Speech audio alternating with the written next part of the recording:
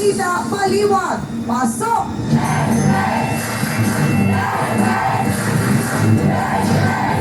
Dali lang po! Sandali po! Teka lang po! Aling Tess, bakit po ninyo nasabi na walang katotohanan ang mga sinasabi ni Susan tungkol po sa inyong anak-anakan?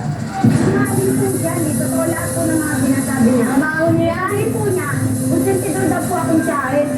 Ako, kinausap ko yan, bago po sila paupahin sa bahay namin. Porkit kaibigan na ako. Andun po nakatira sa inyo ngayon si Cathy at si Ma'am Ray. Araw kung hindi pa sila nagkakaroon ng relasyon yan, Oho. kaibigan matalik po ng anak ko yan, ng babae. Nag-aaral pa po sila ng high school, kaya po nakilala ko naman yung batang yan. Kaya po ninyo nakilala si Cathy. So, paano pong nangyaring hinayaan nyo na lang po sila na magkarelasyon kung anak-anakan po ang tingin ninyo? Yung pamang ko na napansin kong iniikutan niya yan, kinausap ko na po kagad yan si Catherine. Oho. Ang sabi ko sa kanya, may asawa yan. Ang salita ni Catherine sa akin, ano tita, ano naman daw, hiwalay na raw siya. Hindi na raw, Ano kaya ang nagustuhan ni Catherine kay Mang Ray? sabi po niya, mabait daw po sa kanya. Matagal na po silang may relasyon bago ko nalaman.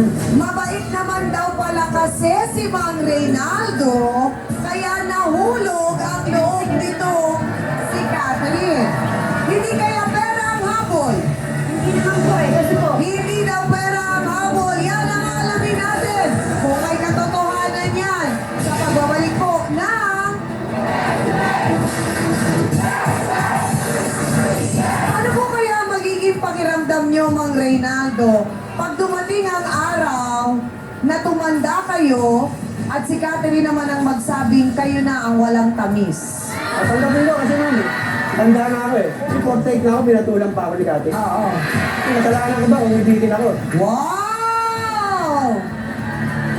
Ang mga na-encounter na face-to-face ay na-encounter ko rin sa barangay. Kagaya ng counseling, actually, kung ano yung kina-counsel nila, sometimes nangyayari din sa barangay ko. And sometimes, dahil sa kanilang mga advice, ay nai-apply ko sa barangay ko at nai-advise ko rin sa mga constituents ko.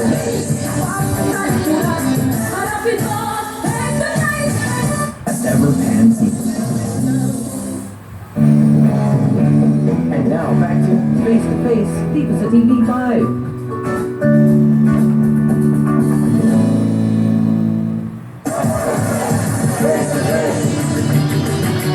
Maaari ngang mabait talaga si Mang Reynaldo kaya na-inlove si Catherine. So ngayon po, sila ay nakatira sa kwarto ako o sila sa kwarto namin. pinapaupahan po Opo. ninyo. At saka Kasi hindi parang pa ang ito. lumalabas,